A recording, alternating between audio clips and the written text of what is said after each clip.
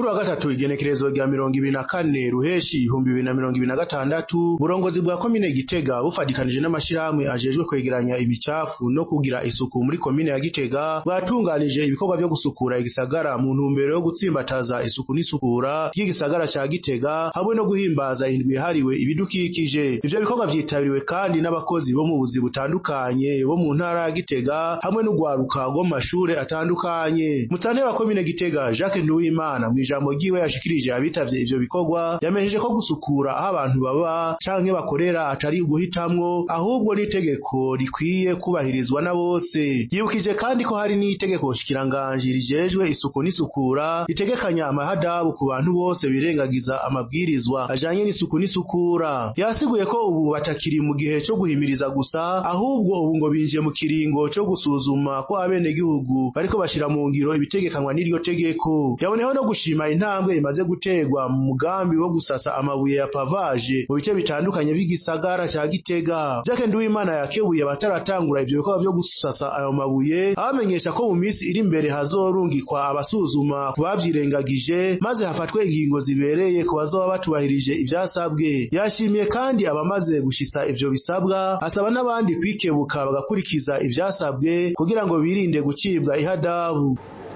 Twashimye n'ivyo ibimaze gukorwa sibike twabonye hatari hake aha mu gisagara barijukiye wa mugambi wo gusasa amabuye canke kunora neza imbere y'aho bakorera bimwe bita pavage. Turabona ko henshi bavyitabiriye. Turabona akaryo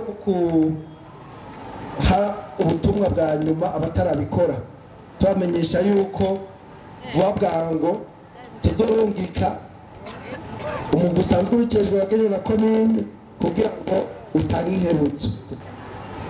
Nagomba rero nkengurukire abo bose bamaze gutanga akarorero keza n'abandi bafatire ngaho, ariko kandi dutera akama biciye amatwi kugira ngo bigarure bashire mu ngiro ivyo basabwa, kuko kugira ivy'isuku gusukura aho ubaye y'abarundi nta n'umwe ushobora kubwiriza ati kubura imbere y'irembo ry'iwawe, kubura aho uba.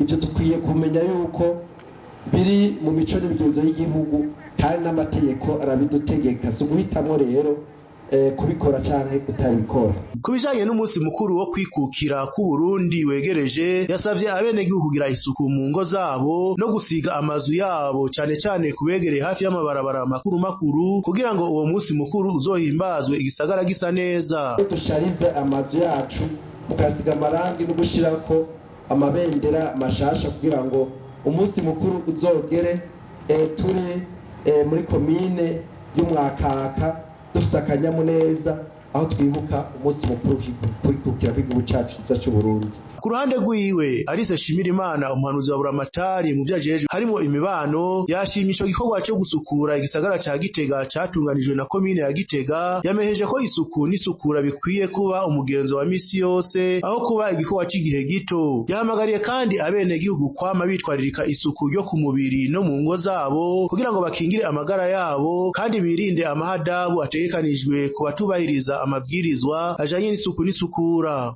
Umwe wese afati ya mbere mu kwijukira isuku n'isukura. Atasuku nta magara meza. Umwe wese ahabaye amenye ko kwirembo akubura, amenye ko arandura ivyatsi. Umwe wese amenye habika umucafu ku buryo hageze kuwutwara aho wagenewe ugendeyo. Umwe wese yitwararike isuku. Aho niho tuzogira amagara meza, kandi ufise amagara meza n'iterambere riraza mu rugo, rikaza mu komine, rikaza mu ntara, tugatera imbere mu gihugu cacu Burundi. Menye yuko aho tubaye, aho duca hose twama tubona hasa neza, intara yacu yagizwe. Tubigira umugenzo mu komine yacu ya Gitega, mu ntara yacu ya Gitega ndetse no mu Burundi bwose, habe Uburundi igihugu kizira umwanda.